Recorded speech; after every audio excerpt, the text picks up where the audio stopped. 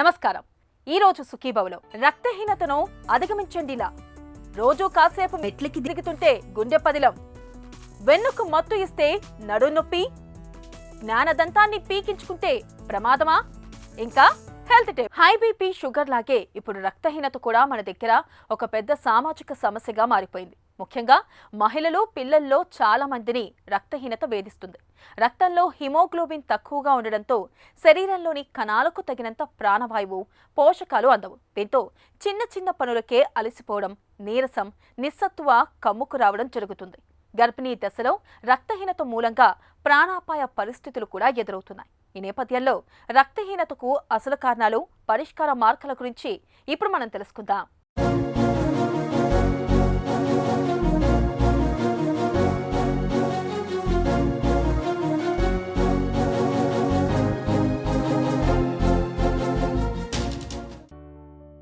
రక్తం మన శరీరానికి జీవ ఇంధనం. మనలోని అణువణువుకు ప్రాణవాయువుతో పాటు పోషక పదార్థాల్ని అందించే సంజీవని. ఒంట్లో రక్తం తగ్గితే చెట్టంత మనిషి సైతం అంతులేని నీరసంతో, నిస్సత్తువతో నిర్వీర్యమవుతాడు. శరీరంలో తగినంత రక్తం లేకపోవడం అనేది ఇవాళ మన దగ్గర ఒక పెద్ద సామాజిక సమస్యగా మారిపోయింది. ముఖ్యంగా పిల్లలు, స్త్రీలలో రక్తహీనత అనేది బాగా ఎక్కువగా కనిపిస్తోంది. రక్తహీనత అంటే మన శరీరంలో ఉండాల్సిన దానికంటే రక్తం తక్కువగా ఉండటం. ప్రతి 100 గ్రాముల రక్తంలో సగటున 12 గ్రాముల హిమోగ్లోబిన్ ఉండాలి. అయితే ఇవాళ మనలో చాలా మందిలో హిమోగ్లోబిన్ విలువ బాగా తక్కువగా ఉంటుంది. ఇలాంటప్పుడు ప్రాణవాయువును మోసుకెళ్లే ఎర్ర రక్త కణాల సంఖ్య సహజంగానే తక్కువగా ఉంటుంది. దీంతో శరీర కణాలకు తగిన ఆక్సిజన్ అందదు. ఫలితంగా ఒకటే నీరసం కమ్ముకొస్తుంటుంది. నిర్లక్ష్యం చేస్తే ప్రాణాపాయ పరిస్థితులను తెచ్చిపెడుతుంది. జనరల్గా రక్తహీనత అనేది రక్తంలో ఆర్బీసీ అంటే ఎర్ర రక్త కణాలు కౌంట్ తగ్గినప్పుడు, శాతం తగ్గినప్పుడు కానీ, లేదంటే హిమోగ్లోబిన్ లెవెల్ తగ్గినప్పుడు కానీ, లేదా ఐరన్ శాతం అనేది రక్తంలో తగ్గినప్పుడు కానీ ఈ రక్తహీనత అనేది వస్తూ ఉంటుందండి. ఇది జనరల్గా రక్తహీనత రావడానికి రకరకాల కారణాలు ఉంటాయి. ముఖ్యంగా మనం ఈరోజు మాట్లాడుకునేది ఆహారపరంగా వచ్చే రక్తహీనత గురించి మాట్లాడుకుందాము. అయితే ఈ రక్తహీనత అనేది జనరల్గా ఎక్కువ యాక్చువల్గా మన ఇండియాలో 10 మిలియన్ పీపుల్ ఈ రక్తహీనతతో బాధపడుతున్నారు. ఇది ఒక వయసుకి సంబంధించిన జబ్బు అని చెప్పడానికి లేదు. ఎందుకంటే ఇది యవనస్తుల్లోనూ ఎక్కువ, అడాలసెంట్ గర్ల్స్లోనూ, తర్వాత ప్రెగ్నెంట్ ఉమెన్లోనూ, తర్వాత ఎక్కువ ఉమెన్లో ఎక్కువ చూస్తూ ఉంటాము. బట్ ఈ రోజుల్లో చూస్తుంటే జనరల్గా మేల్స్లో కూడా రక్తహీనతతో బాధపడే వాళ్ళు ఎక్కువ వస్తూ ఉంటారు. జనరల్గా రక్తహీనత అనేది ఇది ఎలా అయిపోయిందంటే ప్రతి ఏజ్ గ్రూప్ వాళ్ళకి ఏదో ఒక టైంలో రక్తహీనత అనేది రావటం అనేది జరుగుతూ ఉంటుంది. ఇలా వచ్చినప్పుడు ఉండే లక్షణాలు ఏంటంటే తరచుగా వెంటనే అలసట రావటము, నీరసము, తలనొప్పి, కాన్సన్ట్రేషన్ లేకపోవటము, తర్వాత కాళ్ళు నొప్పులు, తిమ్మిర్లు, ఇలాంటి ప్రాబ్లమ్స్, ఆయాసము, కొంచెం చిన్న పని చేయగానే ఆయాసం అనేది వస్తూ ఉంటుంది. ఇలాంటి లక్షణాలకు తర్వాత కొంతమందికి ఒంటి మీద ర్యాషెస్ రావటము, నెయిల్స్ అవి స్పూన్ మాదిరిగా మారిపోవటము, ఇలాంటివన్నీ కూడా రక్తహీనతలో ఒక లక్షణాలు అన్నమాట. జనరల్గా రక్తహీనత ఉన్నప్పుడు అంటే రక్తహీనత రావడానికి డిఫరెంట్ రీజన్స్ ఉంటాయి. అయితే ఎస్పెషల్లీ లేడీస్లో ఎక్కువగా ఎందుకు చూస్తుంటామంటే ఓవర్ బ్లీడింగ్ ప్రాబ్లమ్స్ లాంటివి ఉండటం వలన రక్తహీనత చూస్తూ ఉంటాము. తర్వాత జనరల్గా మనం ఈ రక్తహీనత ఉన్నప్పుడు మనం చేయాల్సినది ఏంటి, ఎటువంటి ఆహారం తీసుకోవాలి, ఆహారం విషయంలో అయితే తీసుకోవాల్సిన జాగ్రత్తలు ఎస్పెషల్లీ ఎక్కువ ఆకుకూరలు, తర్వాత బీట్రూటు, క్యారెట్, దానిమ్మ, మనకి దొరికే తృణధాన్యాలు అంటే అలసందలు, బొబ్బర్లో ఎక్కువ ఐరన్ ఉంటుంది. తర్వాత టొమాటోస్ ఒకటి, తర్వాత లెగ్యూమ్స్ అంటాము, అంటే పెసలు, శనగలు ఇలాంటివి ఎక్కువగా తీసుకోవటం మూలాన ఐరన్ పాలు ఎక్కువ వస్తూ ఉంటుంది, ప్రోటీన్ ఎక్కువ వస్తుంది. తర్వాత B12 అనేది కూడా, B12 లోపం మూలాన కూడా రక్తహీనత రావచ్చు. వైటమిన్ B12 అనేది జనరల్గా వెజిటబుల్ సోర్సెస్లో అంటే నాన్ వెజ్లోనే అంటే మాంసాహారంలోనే ఎక్కువ మనకి వైటమిన్ B12 లభ్యమవుతుంది. శాకాహారుల్లో అయితే వైటమిన్ B12 అనేది తక్కువ. అందుకనే జనరల్గా చీజ్ తీసుకోవచ్చు. ఈవెన్ వెజిటేరియన్స్ కానీ నాన్ వెజిటేరియన్స్ కానీ చీజ్ ప్రిఫర్ చేయొచ్చు. చీజ్ ఒకటి, తర్వాత పాలు, తర్వాత గుడ్డు, తర్వాత మటన్, లివర్ లాంటి వాటిలో, ఫిష్ వాటిలో వైటమిన్ B12 ఎక్కువగా లభ్యమవుతుంది. సో అందుకనే ఈ జనరల్గా బ్యాలెన్స్డ్గా తీసుకోవటం మూలన, ఆహారంలో అన్ని పోషకాలు ఉండేటట్టు చూసుకోవటం మూలన రక్తహీనత చాలా మటుకు మనము నివారించుకోవచ్చండి. మనలో చాలామందిలో పౌష్టికాహార లోపమే రక్తహీనతకు ప్రధాన కారణంగా ఉంటుంది. ఈ నేపథ్యంలో రోజువారీ ఆహారంలో సమతులాహారాన్ని తీసుకోవటం ద్వారా రక్తహీనతను చాలా వరకు నివారించవచ్చు. ప్రతిరోజు క్రమం తప్పకుండా ఏదో ఒక కూరను తీసుకోవడాన్ని అలవాటు చేసుకోవాలి. ఐరన్ శాతం ఎక్కువగా ఉండే గోంగూర, పాలకూర వంటి ఆకుకూరల్ని తప్పనిసరిగా తీసుకోవాలి. అలాగే ప్రతిరోజు రాత్రిపూట భోజనం తర్వాత అరటిపండు తినడాన్ని అలవాటు చేసుకోవాలి. ఖర్జూరంలో ఇనుము శాతం బాగా ఎక్కువగా ఉంటుంది. ఖర్జూరాన్ని తరచూ తీసుకుంటూ ఉండాలి. వాల్నట్స్, ఎండు ద్రాక్షలోనూ ఐరన్ సమృద్ధిగా ఉంటుంది. తరచూ డ్రై ఫ్రూట్స్ని తీసుకుంటూ ఉంటే రక్తహీనత అన్నమాటే ఉండదు. కొంతమంది సివియర్గా రక్తహీనతతో బాధపడుతూ ఉంటారు. మా దగ్గరికి వచ్చే వాళ్ళు ఒక్కొక్కసారి 4, 5, 6 అలాంటి 7 లోపు హెచ్బి లెవెల్స్ పడిపోవటం జరుగుతూ ఉంటుంది. అలాంటి వాళ్ళు మాత్రం స్పెషల్గా ఎవ్రీడే వాళ్ళు ఒక రకమైన జ్యూస్ తీసుకోవటం వలన, అంటే పాలకూర ఒకటి జ్యూస్ ఒకటి, తర్వాత క్యారెట్, బీట్రూట్ కలిపిన జ్యూస్ ఒకటి, ఈ 2 దానిమ్మ రెగ్యులర్గా తీసుకోవటం వలన ఈ ఐరన్ అనేది తొందరగా పెరుగుతుంది. తర్వాత ఒకవేళ పాతకాలంలో మనం ఐరన్ పాత్రల్లో వండుకునే వాళ్ళము, ఇప్పుడు అన్నీ కూడా మనకి నాన్ స్టిక్ వాటిలో వండుతున్నాము. ఐరన్ పాత్రల్లో వండుకోవటం వలన కొంచెము ఎక్కువగా అబ్జార్ప్షన్ అనేది ఆహారం నుంచి ఐరన్ ఎక్కువ రావడానికి అవకాశం ఉంది. అలాంటి ఛాన్స్ ఏమైనా ఉంటే ఐరన్ పాత్రల్లో వండుకోవటం వలన కూడా కొంతవరకు ఉపయోగపడుతుంది. రక్తహీనత మరీ తీవ్రంగా ఉన్నప్పుడు డాక్టర్ సలహా మేరకు ఐరన్ సప్లిమెంట్లను వాడుకోవడం మంచిది. రక్తహీనత నివారణకు ఉప్పులో ఇనుమును కలిపే శాస్త్రీయ పద్ధతిని జాతీయ పోషకాహార సంస్థ రూపొందించింది. ఈ పద్ధతిలో మామూలు ఉప్పుకు బదులుగా కొత్తగా ఇనుముతో కలిపిన ఉప్పును రోజువారీ వంటల్లో వాడుకోవడం ద్వారా రక్తహీనతను నివారించవచ్చు. ఇలా అన్ని రకాల ఆకుకూరల్ని ఆహారంలో ఒక భాగంగా చేసుకుంటే చాలు, రక్తహీనత అనే సమస్య ఉండదు. మగవాళ్ళలో నడుము నొప్పికి మనం చాలా కారణాలే చెప్పుకుంటాం. కానీ మహిళల విషయానికి వచ్చేసరికి చాలా మంది మత్తు మందును ఒక ప్రధాన కారణంగా చూపిస్తూ ఉంటారు. కాన్పు సమయంలో వెన్నుకి ఎనస్థీషియా ఇవ్వడం వల్లే నడుము నొప్పి మొదలైందని చెబుతుంటారు. నిజానికి ఆపరేషన్ టైంలో ఇచ్చే మత్తుకు తర్వాత మొదలయ్యే నడుము నొప్పికి అస్సలు సంబంధం లేదంటారు డాక్టర్లు. ఎనస్థీషియా మూలంగా నడుము నొప్పి వస్తుందనే నమ్మకం గురించి డాక్టర్ ఏం చెబుతున్నారో ఇప్పుడు విందాం. ఒక పెద్ద అపోహ, ఆపరేషన్ అప్పుడు ఇచ్చిన అనస్థీషియా వల్ల నడుము నొప్పులు వస్తాయని. సరిగ్గా ఇస్తే ఎటువంటి ప్రాబ్లం ఉండదు. రోజు కొన్ని వేల సర్జరీలు అవుతున్నాయి. సో ఇది ఒక అపోహ మాత్రమే. దీన్ని ఎటువంటి పరిస్థితుల్లో సీరియస్గా తీసుకోవాల్సిన అవసరం లేదు. సాధారణంగా చాలామంది ఆపరేషన్ తర్వాతనే ఈ ప్రాబ్లమ్స్ వచ్చినాయి, ఆపరేషన్ తర్వాతనే వీక్నెస్ వచ్చింది, ఇవన్నీ ఎక్కువగా వింటూ ఉంటాం. ఇది మెజారిటీ ఆఫ్ ది టైమ్స్ వీళ్ళు ఆపరేషన్ అంత టెన్స్ఫుల్ థింగ్గా తీసుకున్నారు కాబట్టి దాని రిలేటెడ్ ఉంటుంది. ఇప్పుడు ఆపరేషన్ టైంలో మినిమల్ బ్లడ్ లాస్ అన్నది ఉంటుంది. ఒకవేళ బ్లడ్ ఎక్కువ పోయింది అంటే బ్లడ్ సబ్స్టిట్యూషన్ ఇస్తాం. కానీ ఈ పోయిన కొద్ది బ్లడ్ అన్నది మళ్ళీ బాడీ దాన్ని తయారు చేసేసుకుంటుంది. సో దీనివల్ల బలహీనత అన్నది సాధారణంగా ఉండదు. కానీ ఆపరేషన్ తర్వాత వూండ్ హీలింగ్ అది కరెక్ట్గా ఉండాలి, మెటబాలిక్ రేట్ అన్నీ మెయింటైన్ అవ్వాలి అంటే మంచి విటమిన్స్ అనేవి తీసుకోవాలి కొద్ది కాలం పాటు. ఆపరేషన్ అన్నది మిమ్మల్ని ప్రాబ్లం నుంచి బయటికి తీసుకురావడానికి, ప్రాబ్లంలోకి నెట్టడానికి కాదు. సో మీ థింకింగ్ అన్నది పాజిటివ్గా ఉంటే, మీకు అన్నీ మీ అవగాహన అన్నది కరెక్ట్గా ఉంటే, మీరు పోస్ట్ ఆపరేటివ్లీ ఏం జాగ్రత్తలు తీసుకోవాలి, బ్రీతింగ్ ఎక్సర్సైజెస్ ముందు నుంచే ప్రాక్టీస్ చేసి, క్లీన్ ఎట్లా చేసుకోవాలన్నీ ముందు నుంచే తెలిసి ఉంటే పోస్ట్ ఆపరేటివ్ రిజల్ట్స్ అనేవి మంచిగా ఉంటాయి. సో ఆపరేషన్ తర్వాత హెల్దీ ఫుడ్ తినాలి, మాంసకృతులు ఎక్కువ ఉండే ఫుడ్ తినాలి, అండ్ నిద్ర కరెక్ట్గా ఉండాలి. ఎక్కువసేపు try to concentrate on something else other than surgery. అయింది, నాకు ఆపరేషన్ అయింది, నాకేదో అయిపోయింది అన్న ఫీలింగ్లో ఉంటే ఆ వూండ్ హీలింగ్ అనేది ఎక్కువసేపు పట్టే ఛాన్సెస్ ఉంటాయి. ఏం చేయాలో అది చేసి మీ నార్మల్ పనులు మీరు చేసుకోండి. ఎంత తొందరగా అయితే అంత తొందరగా నార్మల్ లైఫ్కి రావడానికి ట్రై చేయండి. It will definitely help you. Teenage దాటాక మనలో కొంతమందికి దవడల వెనక భాగంలో కొత్తగా దంతాలు పుట్టుకొస్తూ ఉంటాయి. వీటిని విజ్డమ్ టీత్ అని, వాడుకలో జ్ఞానదంతాలని పిలుస్తూ ఉంటారు. మామూలు దంతాలకు భిన్నంగా ఇవి అడ్డదిడ్డంగా, వంకరగా, టింకరగా పైకి వస్తూ ఉంటాయి. దీంతో పక్కన ఉన్న దంతాలకు, చిగుళ్లకు సమస్యల తాకిడి పెరుగుతూ ఉంటుంది. చిగురంతా వాపొచ్చి ఇబ్బంది పెడుతుంది. ఆహారం తీసుకున్నప్పుడు కూడా ఈ జ్ఞానదంతాల మూలంగా ఇబ్బందులు ఎదురవుతూ ఉంటాయి. ఇక ఈ జ్ఞానదంతాల విషయంలో మన దగ్గర ఎక్కడా లేని నమ్మకాలు కనిపిస్తాయి.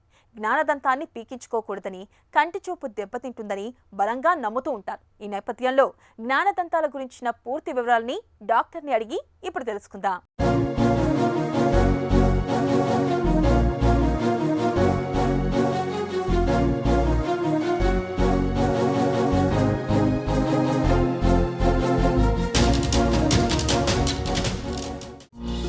జ్ఞానదంతాలు అంటే ఏంటి?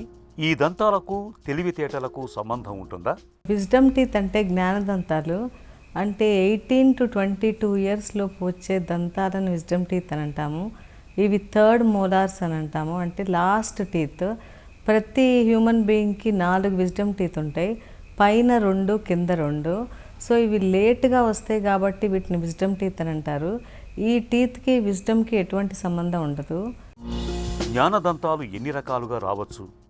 విజ్డమ్ టీత్ అనేవి ఇంపాక్ట్ ఎందుకు అవుతాయంటే, యూజువల్గా మన జా సైజు చిన్నగా ఉండి పళ్ళ సైజు పెద్దగా ఉంటే వాటికి ప్రాపర్ స్పేస్ లేకపోతే విజ్డమ్ టీత్ బయటకు అనేది రావు. సో ఇవి బయటికి వద్దామని ట్రై చేసినప్పుడల్లా పెయిన్ అనేది వస్తూ ఉంటుంది. దానికి ప్రాపర్ స్పేస్ లేక బయటకు రాలేకపోవచ్చు. సో ఇవి అట్లా రాలేక డిఫరెంట్ పొజిషన్స్ తీసుకుంటాయి. ఆ పొజిషన్స్ బట్టి ఇవి క్లాసిఫై అయింది విజ్డమ్ టీత్. సో ఇవేంటంటే మీసియో యాంగులర్, అంటే మీసియల్గా టిల్ట్ అయితే మీసియో యాంగులర్ అంటాము, డిస్టల్గా టిల్ట్ అయితే డిస్టో యాంగులర్ అంటాము. లేకపోతే వర్టికల్ అంటే మొత్తం లోపలే ఉండి అది అసలు బయటికి రాలేకపోతే. కొన్ని హారిజాంటల్గా ఉంటాయి, అంటే ఆల్మోస్ట్ ఫ్లాట్గా పడుకుని ఉంటాయి. కొన్ని అన్యూజువల్గా ఉంటాయి, అంటే అప్ సైడ్ డౌన్ తిరిగి లేకపోతే డిఫరెంట్ పొజిషన్స్లో ఉంటాయి. అట్లా వాటి పొజిషన్ బట్టి విజ్డమ్ టీత్ అని క్లాసిఫై చేస్తాము. సో ఒక్కొక్క పొజిషన్ బట్టి ఒక్కొక్క రకమైన ఇబ్బంది విజ్డమ్ టీత్ క్రియేట్ చేస్తూ ఉంటుంది. ఈ పైన కానివ్వండి కింద కానివ్వండి విజ్డమ్ టీత్ చేసే ప్రాబ్లమ్స్ చాలా అలార్మింగ్గా ఉంటాయి, పేషెంట్కి చాలా పెయిన్ఫుల్గా ఉంటాయి. జ్ఞానదంతాలతో తలెత్తే సమస్యలు ఎలా ఉంటాయి? So 18 to 22 years patient pain ఉంది టీత్లో అంటే ఫస్ట్ మనం ఎక్స్రే తీపించి చూడాలి. ఒకవేళ దానికి ప్రాపర్ ప్లేస్ ఉండి అది బయటకు వస్తుంది అనుకున్నప్పుడు మనం జస్ట్ పెయిన్ కిల్లర్ ఇచ్చి సాల్ట్ వాటర్ గార్గిలింగ్ చేపించి వదిలేసేయాలి. స్లోగా అది బయటికి ఆ గమ్ని టేర్ చేసుకుని బయటకు వచ్చేటప్పుడు డెఫినెట్గా పెయిన్ అనేది ఉంటుంది, స్వెల్లింగ్ అనేది ఉంటుంది. ఒకసారి బయటకు వచ్చేసినాక అది అక్లూజన్లో ఎటువంటి ఇబ్బంది ఉండదు. అట్లా కాకుండా ఎక్స్రేలోనే దానికి ప్లేస్ లేకుండా కనపడితే మాత్రం మనం 22 ఇయర్స్ వరకు వెయిట్ చేయటం అనేది అనవసరం. కాబట్టి వాళ్ళు పేషెంట్ పెయిన్ కంప్లైంట్ చేసినప్పుడు ఎక్స్రే చూసుకుని దానికి ప్రాపర్ ప్లేస్ లేకపోతే కనుక ఆ విజ్డమ్ టీత్ ఎక్స్ట్రాక్ట్ చేయటం అనేది మంచిది. ఎప్పుడైతే విజ్డమ్ టీత్ మీసియల్గా టిల్ట్ అయి ఉంటాయో అప్పుడు ఆ టిల్ట్ అయిన విజ్డమ్ టీత్ పక్కన మామూలు మోలార్ టీత్ మధ్యలో ఒక గ్యాప్ ఉంటుంది. అక్కడ తిన్నయన్నీ ఇరుక్కుపోతూ ఉంటాయి. తిన్నయన్నీ ఇరుక్కుపోయి అక్కడ ఇన్ఫెక్షన్ అనేది వస్తూ ఉంటుంది. ఈ ఫుడ్ ఇంపాక్షన్ వల్ల ఇన్ఫెక్షన్ వచ్చి ఆ పక్కన మంచి టూత్ కూడా కేరీస్ అనేది వస్తూ ఉంటుంది. సో ఈ విజ్డమ్ టీతే కాకుండా పక్కన మంచి మోలార్ కూడా పాడైపోతూ ఉంటుంది. కాబట్టి మీసియో యాంగులర్ విజ్డమ్ టీత్ పక్కనున్న టూత్ని డీకే చేసేస్తూ ఉంటుంది. అది ఒకటి. ఒకవేళ విజ్డమ్ టీత్ డిస్టల్గా యాంగులర్ ఉందనుకోండి, అంటే డిస్టల్గా కర్వేచర్ ఉంటే కనుక అక్కడ రేమస్ అని ఒకటి ఉంటుంది బోన్. సో ఈ టీత్కి రేమస్కి మధ్యలో తిన్నయని ఇరుక్కుపోయి పెరికార్నైటిస్ అనేది వస్తుంది. అంటే దానిపైన ఉన్న గమ్ము ఈ టూత్కి మధ్యలో అన్నీ విరుక్కుని తిన్నయన్నీ ఆ లోపల గమ్ అంతా ఇన్ఫ్లేమ్ అయిపోయి ఇన్ఫెక్షన్ వస్తూ ఉంటుంది. వాళ్ళకి చాలా అక్యూట్ సివియర్ పెయిన్ ఉంటుంది. వాళ్ళు తినలేకపోవటానికి కూడా చాలా ఇబ్బందిగా ఉంటారు, తినడానికి కూడా. సో ఇది విజ్డమ్ టీత్ డిస్టల్గా టర్న్ అయ్యి ఉంటే, సో ఈ పెరికార్నైటిస్ ఫస్ట్ టైం వాళ్ళు యాంటీబయాటిక్ వేసుకుని అది కవర్ అవుతుంది, తగ్గిపోతుంది. కానీ ఇది ఆన్గోయింగ్ ప్రాసెస్, ఎప్పుడు వస్తూనే ఉంటుంది. సో మళ్ళీ సెకండ్ టైం థర్డ్ టైం కూడా పెరికార్నైటిస్ పెరికార్నల్ యాబ్సెస్ వస్తే యాంటీబయాటిక్స్ కూడా మనం చేంజ్ చేయాల్సి వస్తుంది. ఎందుకంటే అంతకుముందు వాడిన యాంటీబయాటిక్ రెసిస్టెన్స్ వచ్చేస్తూ ఉంటుంది. అట్లా మనం క్రానిక్గా యాంటీబయాటిక్స్ వాడే కన్నా కూడా ఏ టూత్ అయితే ప్రాబ్లం క్రియేట్ చేస్తుందో ఆ పన్నును తీపిచ్చేసుకోవటం మంచిది. ఇట్లా కాకుండా హారిజాంటల్గా పడుకుని కొన్ని విజ్డమ్ టీత్ ఉంటాయి. ఆ కింద ఉండే నర్వ్ మీద ప్రెషర్ పెడతా ఉంటుంది. కంప్లీట్ బోన్లో ఉండి కింద ఇన్ఫీరియర్ నర్వ్ ఉంటుంది. ఆ బండిల్ మీద ఇది ప్రెషర్ పెట్టి పేషెంట్కి ఎక్కడి నుంచి పెయిన్ వస్తుందో తెలియదు, ఒక రకమైన పెయిన్ హోల్ జా వస్తూ ఉంటుంది. సో వాళ్ళు ఆ డల్ నాయింగ్ పెయిన్తో చాలా ఇబ్బంది పడుతూ ఉంటారు. అట్ ద సేమ్ టైం ఆ పెయిన్ హెడేక్ కింద కూడా ఉంటుంది. సో వాళ్ళకి ఎక్కడి నుంచి నొప్పి వస్తుందో కూడా తెలియదు. ఎందుకంటే విజ్డమ్ టీత్ పైన ఎక్కడా కనపడదు, కంప్లీట్లీ ఇన్సైడ్ ద బోన్ ఉంటుంది. అలా కాకుండా వర్టికల్లీ ఇంపాక్టెడ్ టూత్ డీప్గా ఉన్నాయితే అవి కూడా సేమ్ ప్రాబ్లం క్రియేట్ చేస్తుంది.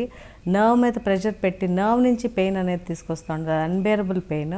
ఇట్లా విజ్డమ్ టీత్ డిఫరెంట్ పొజిషన్స్లో డిఫరెంట్గా ఉండి చాలా ఇబ్బందులు క్రియేట్ చేస్తూ ఉంటాయి. దీనివల్ల వచ్చే కాంప్లికేషన్స్ కూడా చాలానే ఉంటాయి. సో చిన్న యాప్సెస్ కదా అని వదిలేస్తే అది స్పేస్ ఇన్ఫెక్షన్ అయ్యి, ఆ స్పేస్ ఇన్ఫెక్షన్ మళ్ళీ బైలేటరల్గా కూడా ఇన్ఫెక్షన్ స్ప్రెడ్ అయ్యి అది ఒక పెద్ద యాప్సెస్, తర్వాత తినడానికి ఇబ్బంది, బ్రీతింగ్కి కూడా ఇబ్బంది అయిపోయి చాలా ఇబ్బంది పడుతూ ఉంటారు. కాబట్టి చిన్న ఇన్ఫెక్షన్ అన్నప్పుడే దాన్ని ట్రీట్ చేయించుకోండి, దాన్ని కాంప్లికేట్ అయ్యేలోపు. జ్ఞానదంతాలకు చికిత్స ఎలా ఉంటుంది? సో ఫస్ట్ విజ్డమ్ టీత్ గమ్లో ఉందా, బోన్లో ఉందా అని చూసుకోవాలి. ఒకవేళ ఓన్లీ సాఫ్ట్ టిష్యూలో ఇంపాక్షన్ ఉంటే కనుక ఆ సాఫ్ట్ టిష్యూ తీసేస్తే నీట్గా టూత్ బయటకు వచ్చేస్తుంది, ప్రొవైడెడ్ దానికి ప్రాపర్ స్పేస్ ఉంటే.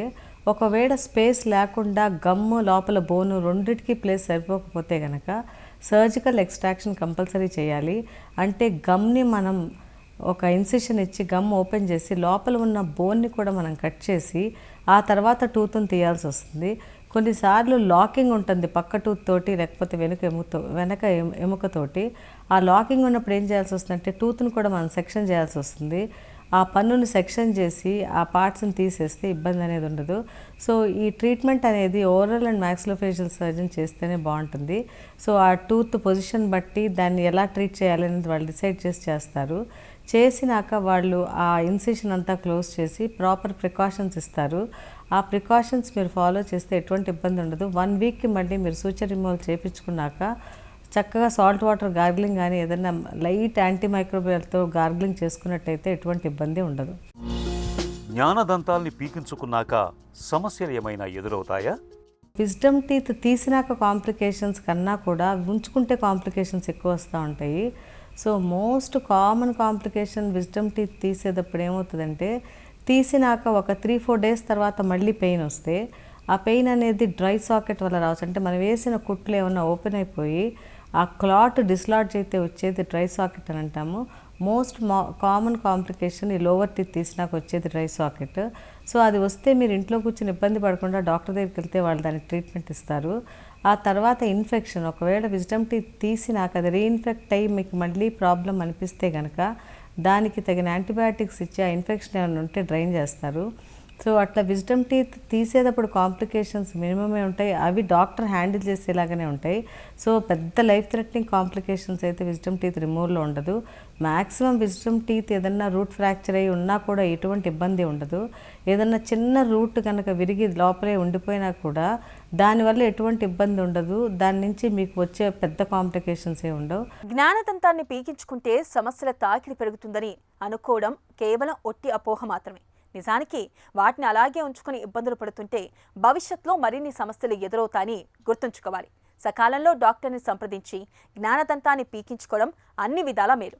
ఇక ఈ రోజు కార్యక్రమాన్ని ముగించే ముందు స్టార్ హాస్పిటల్ సమర్పించు ఒక చిన్న చిట్కా మీకోసం.